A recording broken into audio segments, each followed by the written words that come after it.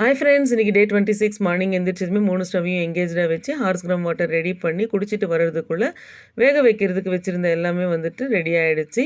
So 5% of the work முடிஞ்சிருச்சு. பட்டாணியும் முழுக்கடலையும் போட்டு தான் இன்றைக்கி ஸ்நாக்ஸுக்கு சுண்டல் பண்ணேன்.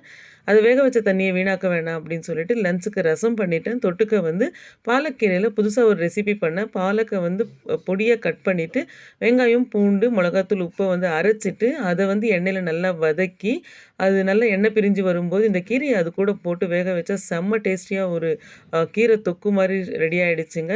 பசங்களுக்கு பாக்ஸு கட்டுறதுக்கும் ரொம்ப நல்லா இருந்தது ஆப்டாக.